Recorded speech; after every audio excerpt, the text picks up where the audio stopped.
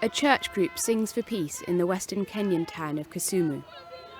Here, many voted for the opposition in last month's elections, but the results were manipulated and unrest here has been widespread.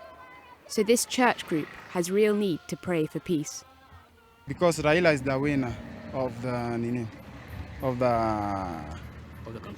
election, we know that. So we are praying if God can answer our prayer.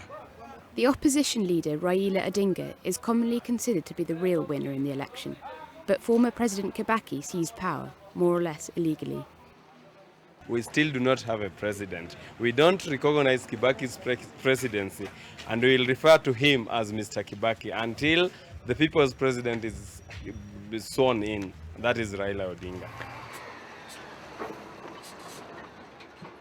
The people who live in the western part of Kenya complain of neglect. The roads connecting to the capital Nairobi are in a terrible condition, and recent riots haven't improved things. Many businesses and shops are now closed in expectance of renewed violence, and high unemployment and poverty fuels these riots. So many here want change.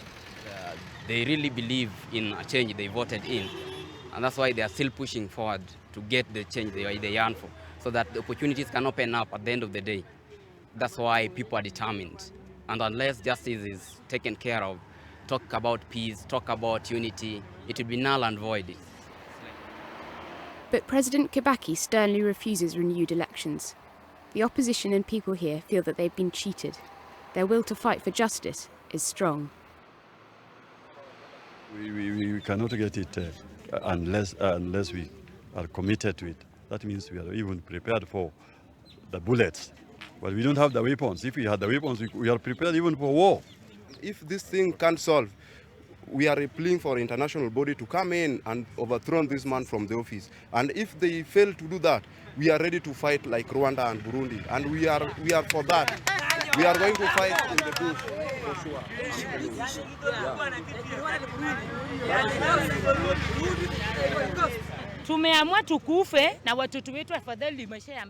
We have decided to die so that the coming generation will benefit. If we quit and suffer, the coming generation will suffer too. In Kenya, though mixed marriages are common, tribalism is very much alive.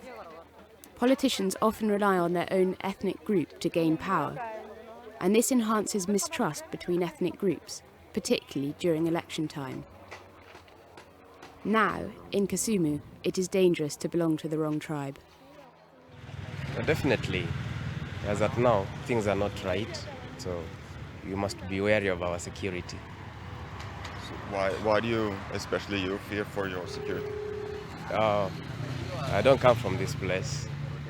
I walk around and I fear now that the country is divided along ethnic lines.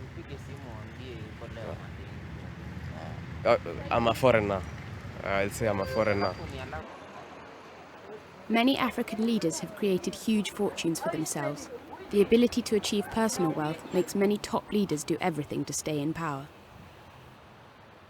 They are using their self-interest, they are using their own individual interests to conflate it or to mix it up with their community interests. So they are using the name of their communities, they are using the name of their tribe in order to mobilize sentiments around either support for Kibaki or support for Raila. So there is what we can call collective spirit that they are trying to mobilize simply because they have got a lot to gain politically. They have got a lot to gain economically. In Kericho, some of the 100,000 displaced live as refugees in the town park. Many have horrible stories to tell about how the ongoing tribal violence has affected them.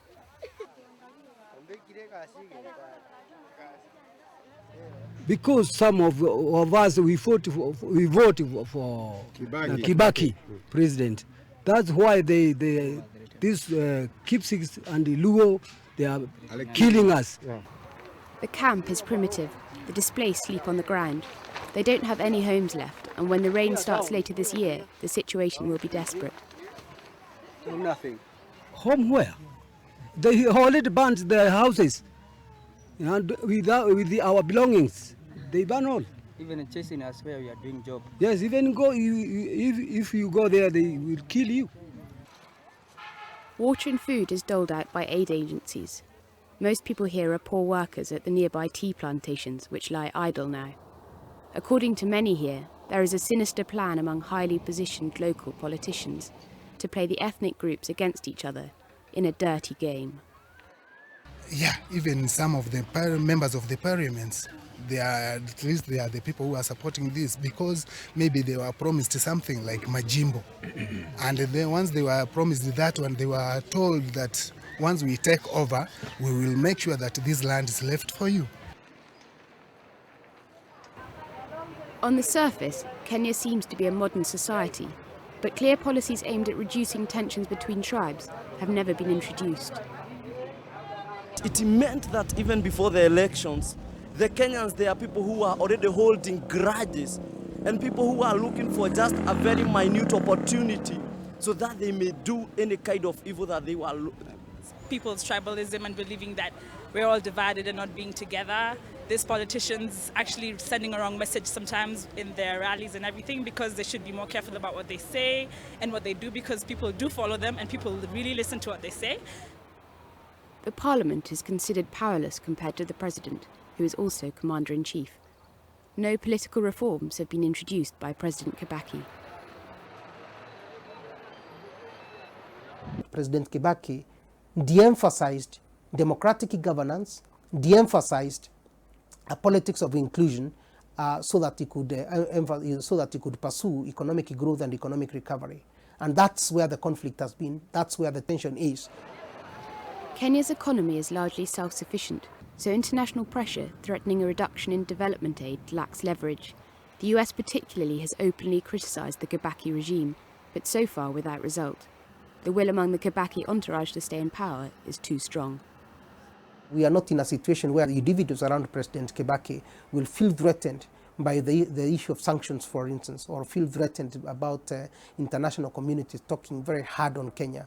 They may not want to listen to that language. So diplomacy from the Americans, diplomacy from the British, and diplomacy from other international development partners is what may work. But I don't think if that diplomacy failed and they started using threats, I don't think the government will really succumb to that. But the ethical question needs to be addressed immediately, some researchers claim.